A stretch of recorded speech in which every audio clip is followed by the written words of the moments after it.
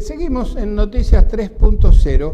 El invitado de hoy es un pensador, es un filósofo profesional, es decir, ha vivido y ha hecho toda su carrera como filósofo, como pensador.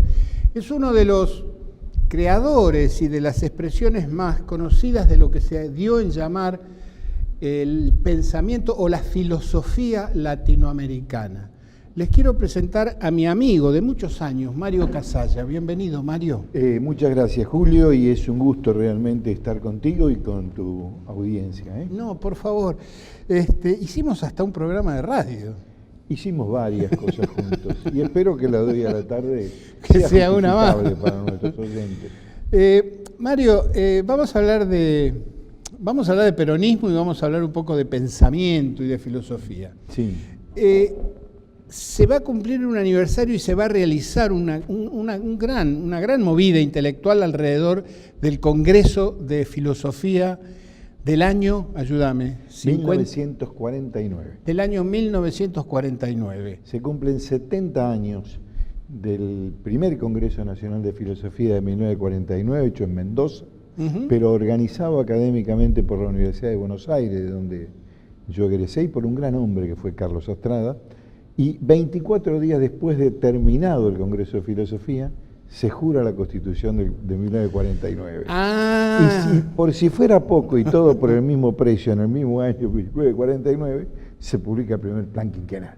Ajá. Esto quiere decir que el año 49 fueron una máquina realmente. Claro. Y hablaba esto de que venían trabajando evidentemente el grupo del GOU desde el 44 en el Consejo Nacional de Posguerra, porque tantas cosas juntas no se hacen de un minuto para otro. De un día para el otro, claro. Así que son 70 años de Congreso. Tres acontecimientos. Yo diría los dos claves intelectualmente es el Congreso de Filosofía del 49 y la Constitución de 1949. ¿no? De todas maneras, lo del plan quinquenal es la incorporación en la política argentina de planes. Exactamente. ¿No es cierto? Como decía ese viejo general, se trata de controlar el ciclo económico, no un momento, claro, la venta, sino la producción, la fabricación, la distribución y la venta. Dice, entonces nosotros necesitamos para eso tiempo. Claro. Y esos tiempos eran 5 años. 5 años. Bueno, fíjate que nosotros estamos hoy pensando en 48 horas, sí. De manera que ha pasado mucho. Escúchame una cosa, ¿qué importancia, por qué tuvo tanta importancia y ha trascendido en la historia de las ideas argentinas e incluso en la historia política argentina, el Congreso de Filosofía? Y mira, yo acabo de llegar a 10 días de Madrid, donde tuve alguna actividad amistosa y académica, pero un gran académico de la Complutense es José Luis Villacañas. José Luis Villacañas es en la filosofía española actual un filósofo profesional de primer nivel, dirige una maestría en pensamiento latinoamericano. Ajá. Y él me decía a mí que los argentinos no nos damos cuenta que en realidad el Congreso Nacional de Filosofía de 1949 fue el acontecimiento, la reunión de filosofía más importante en el mundo hispánico, no en la Argentina, en el concierto mundial de la filosofía del siglo XX. Sí, señor. Es decir, vos pensás que en un momento tengas, yo te voy a alargar los nombres de los filósofos, sí, pero le diría a cualquiera de los que me está escuchando, sea de la disciplina que usted quiera o piense, o del club de fútbol que más le guste, piense que tenga 10 días en su país y a disposición lo mejor que hay. Y vinieron chicos, entre comillas, de la dimensión de Bertrand Russell, Michel Federico Siaka, Otto Volnov, Hans-Georg Gadamer, y del mundo hispánico, lo mejor. Muchos no pudieron venir porque estábamos en plena posguerra, de manera que no podían viajar, no podían salir de Europa. Heidegger, por ejemplo, mandó una carta. Heidegger estaba invitado. Estaba invitado, estoy invitado Heidegger. No pudo venir Bertrand Russell, mandó una ponencia. Es decir, era una Europa devastada de posguerra. Claro. Pero la verdad que la generación del 40 en filosofía argentina hizo una labor maravillosa. cuyo premio es inexorablemente, lo echaron a todos el 3 días después de la revolución fusiladora de 1955. Claro. Una de las cosas que debemos a ese prohombre de la patria, que Dios lo tenga en su santa gloria, llamado José Luis Romero, padre, es la baja de Carlos Astrada, José Luis, Luis Alberto Romero, que por ejemplo son nombres, pero le digo a usted o te recuerdo, a ver, José Luis Romero está traducido al alemán, la estética operatoria, y hoy se estudia en las universidades alemanas, Claro. digamos. A don Carlos Astrada, quien yo pude tratar... Hablemos un poquito de Carlos Astrada. ¿Quién fue Carlos bueno, Astrada? Carlos Astrada era un bicho muy, muy excepcional. Conocido por sus alumnos del Colegio Nacional Buenos Aires como el Mono Astrada. El mono Astrada, porque además era feo Astrada, la cara de un monito. Nosotros éramos un grupo de imberbes estudiantes del final de la carrera de filosofía y decidimos un día, de Carlos Astrada no se podía hablar, entre el 60 y el 70 que yo hago la carrera, y dijimos, pero Carlos Astrada vive, habría que buscar dónde está Carlos Astrada. Pues Carlos Astrada vivía a la vuelta de mi casa y vive buscándolo en la guía. Vivió hasta que fallece en la calle Coronel Díaz entre Santa Fe y Güemes. En su departamento vive hoy una jueza federal, que no daré su nombre. Vivió ahí durante muchos años y fuimos a tocarle el timbre a Carlos Astrada. Carlos Astrada, cuando le decimos que somos de la Facultad de Filosofía, me dice, ¿pero qué vienen de allí? Dice, de esa fábrica de tanos de verdulería. Le digo, mire, maestro, nosotros somos otra cosa, somos peronistas, queremos hablar con... ¡Peor! Me decía por el portero eléctrico. Yo ya no estoy más en esa etapa. Le digo, mire, nosotros queremos que usted sea un filósofo. Y queremos hablar con un filósofo, no con un... Bueno, ahora abajo. Bajó y hacía lo mismo que alguna vez hacía Perón, que era escaparse para fumar un cigarrillo. Vivía con una alemana inaguantable, entonces las reuniones eran en el Café Tolón. En el Tolón, en la esquina de Santa Fe para y fumar un cigarrillo. Incluso ahí había una especie de cofradía de los sábados al mediodía, donde íbamos a escuchar con Carlos Alberto Erro, con Carlos Cosio. Ha estado Arturo Sampaia y Carlos Astrada.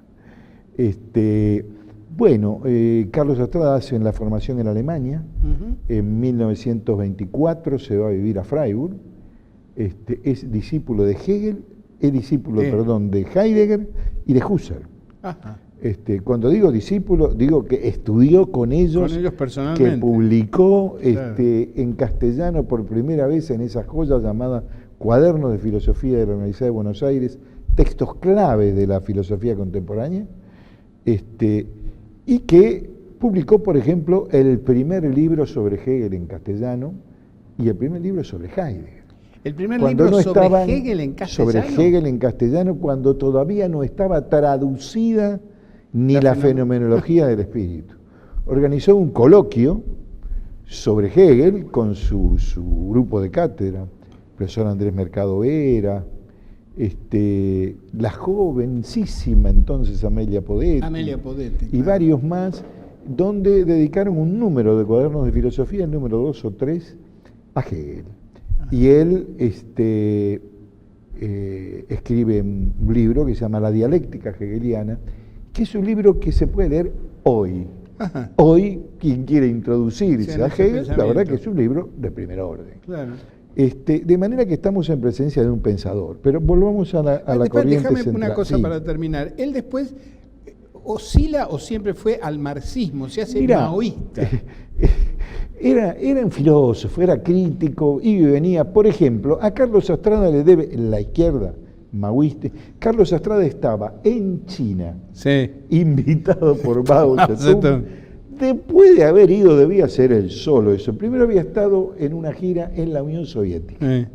Recibe una invitación para China y fue uno de los testigos del pronunciamiento de Mao Zedong del famoso discurso acerca de la simultaneidad de las contradicciones, donde Mao Zedong le plantea al PC clásico Sí. y al marxismo eurocéntrico Sí. que no hay una contradicción principal, que la contradicción es local, es nacional y es distinta en cada lugar, Ajá. y que la tarea del gran timonel Sí. es transformar las contradicciones antagónicas en una sociedad, los antagonismos en una sociedad, en contradicciones que puedan ser resueltas. Claro. Y que la función es el gran timonel, Claro. que es como él se llamaba a sí mismo.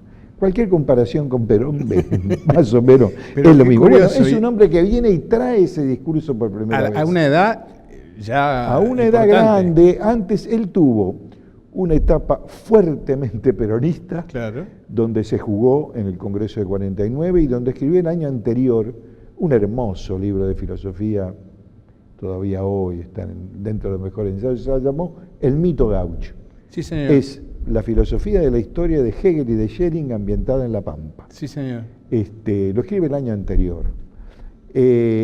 Cuando saca la segunda edición, que nosotros lo vamos a ver, escribe un prefacio, un posfacio horrible al libro, donde dice de Perón, estaba en su etapa PC, digamos, donde dice las peores cosas habidas y por haber. Ajá. Más tarde, y hacia la última etapa de él era maoísta.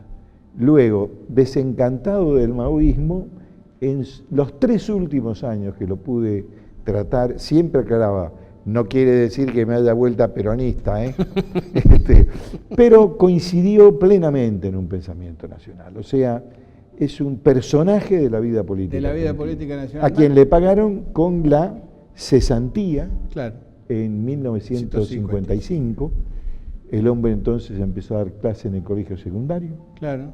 y el hombre dio algo de clases en la Universidad Nacional del Sur, pero cuando yo llego a la casa, y con esto determino la primera vez que nos hace subir, estaba escribiéndose con Heidegger. Pero no es que yo creía que estaba la carta, Claro, pero claro, escribiéndose, y la traducía del alemán, estaba peleándose con Discutiendo. Heidegger, porque Heidegger había publicado una cosa que a él no le parecía. En uno de los primeros viajes a Freiburg, un asistente de Heidegger, lo primero que me pregunta, vivo ya muy grande, Eugen Fink, me dice, ¿cómo está don Carlos Astrada? Era a quien conocían. Dice, Claro. ¡qué personalidad! Mario, Sí. vamos a ir a un corte y en el próximo bloque vamos a hablar de lo que quizás fue el elemento político más importante y en cierta manera trascendental de ese Congreso de Filosofía, que fue el discurso de Perón, que De luego se cierre. llamó la comunidad Unidad organizada. organizada. Vamos a hablar de eso después. Exactamente. Vamos a un corte, enseguida venimos a Noticias 3.0 con Mario Casalla.